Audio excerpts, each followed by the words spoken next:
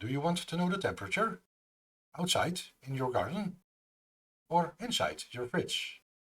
And monitor that from your computer? Well, you can, without any soldering, and hardly any programming. These are all the parts you need. A thermistor, an equally sized resistor, an ESP32, an expansion board for that ESP32, and some stuff to keep it alive. Let's get started